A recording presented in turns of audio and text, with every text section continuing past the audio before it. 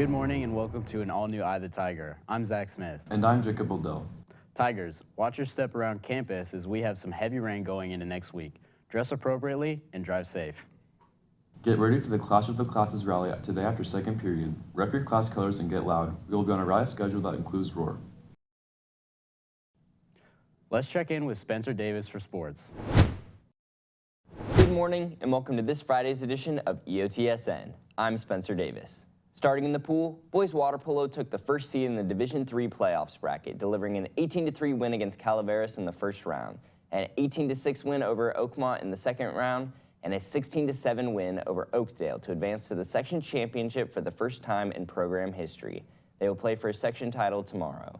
As for the girls, the team entered as the 6th seed and took on Rio Linda in the first round with a 13-8 win, but ended their season with a 7-14 loss against El Camino in the quarterfinals.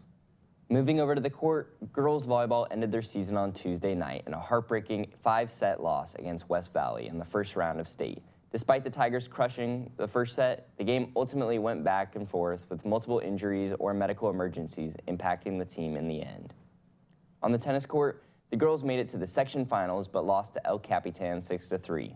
Meanwhile, senior Ella Fuchs' season ended with 30 wins and a trip to the individuals section championship to wrap up arguably the greatest tennis career in Roseville history. As for football, the team will host Escalon for the first round of playoffs tonight. However, controversy has arisen as one of Escalon's coaches went on to the Coach's Corner podcast and had much to say about Roseville. 7 seed going to Vacaville, and you think we're hosting a game. Because in our minds right now, we're 2-1. The more film I watch, 12 Bridges, Roseville, who we play, and Placer, they're all in that same little league up there. I think Placer might be the second best team in that league. And the more I watch that Placer-Roseville game, you know, Roseville catches a little onside there. Placer probably should have had it. I believe that the game's actually being protested as we speak because Placer feels that they got screwed by the refs in that game. A week ago, Thursday night, I was taking my daughter to soccer practice. I got a text message from my buddy over at 12 Bridges, and he said, hey, I don't know if you need bulletin board material, but this guy from Escalon's talking about your program. So I put the podcast on, and you know, it was pretty awesome to hear that, you know, they think we're the third best team in the FVL, and we're Vacaville, and they're really looking forward to playing another shot at the Dogs. You want to go put Escalon on the map. You want people in Roseville to be like, holy shit, that was a 7 seed? You go up there and you punch someone in the mouth, I promise you, next time they see an Escalon hoodie or an Escalon hat, they're going, oh, I know Escalon. I shared it with the guys on Friday, and they had already heard it. I feel like it was unnecessary, and as a coach on the high school program and being a grown man, I don't think anyone should do that. We'll see if his team could cash the checks that he wrote for them. As fall sports continue to advance into playoffs, many athletes that compete in both the fall and winter seasons are affected by the overlap in practices, games, and tryouts, as well as the fight over access to field and gym spaces. Coaches and athletes find themselves struggling to work out a successful system that benefits everyone. We go to Cooper Bianchini with more. Roseville High School has seen all 8 fall sports teams make playoffs for the first time in history, but this creates major difficulties for winter sports teams and players who compete in the fall and winter.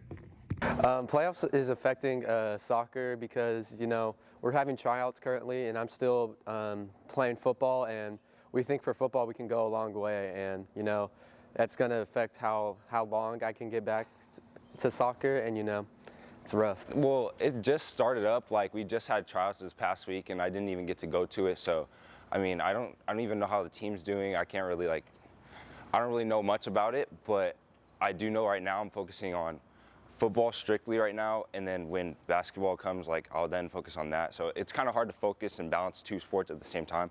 So I'd rather just focus on one and then put all my energy into one, and then when I'm ready, come back to the next one. At the end of football, I'll probably be a little rusty starting at soccer, and everyone else has been playing for a couple weeks. Specifically, what's going to affect me is getting back into the shape of playing soccer. You know, I haven't played soccer in a while, and, you know, I'm being focused on football right now, but hopefully I can get back and better than ever. It's November and teams are only just beginning their playoff campaigns, while many winter sports will begin competing in the preseason in the following weeks. Many teammates have noted the absence of their fall athlete teammates. Yeah, so we're missing a few of our big leaders. So football is probably going to go deep in playoffs. So we got Jack and Jude, and they're big key parts in our team, and they might miss a few of the preseason games due to playoffs. So it'll be a big miss with them being gone. We got to get ready with like the guys that we have, and like it's definitely a little different at practice. It feels a little weird, and like we just gotta be ready to like implement everything when they get back. But it's definitely going to be a challenge to start the season.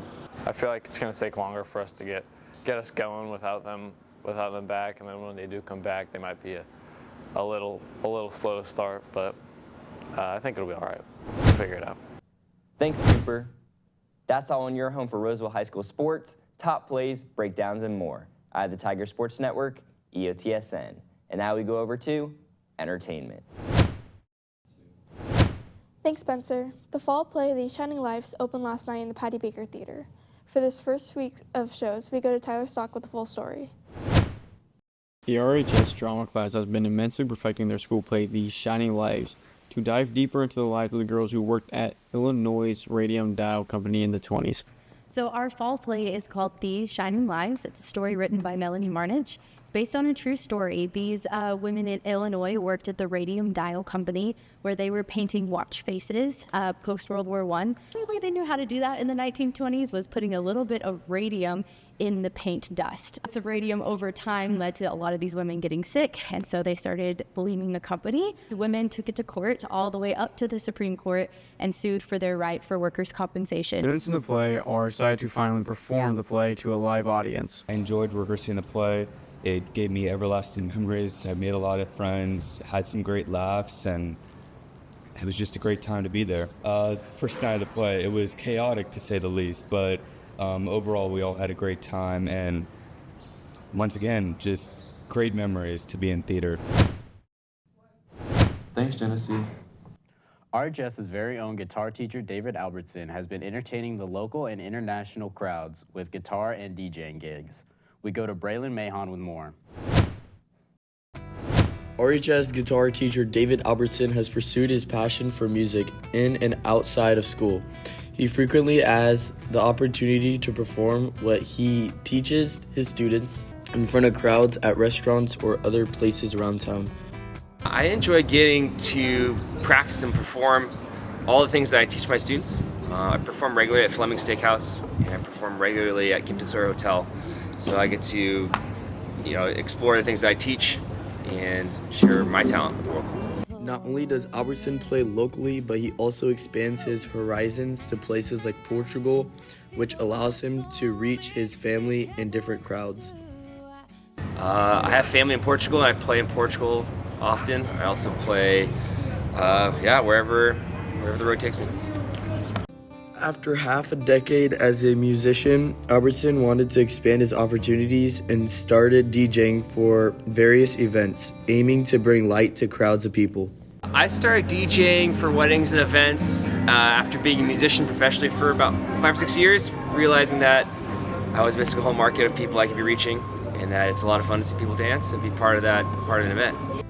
He enjoys this hobby as it helps him explore new genres of music, as well as participating in and making events more lively. I love it. Yeah, I play for weddings and events around town and in the Bay Area, and I enjoy getting to learn about new styles of music, things that I don't normally play. Yeah. Thanks, Braylon. That's it for us today on Eye the Tiger. And remember, we're always on at eyethetigernews.com. See you next time.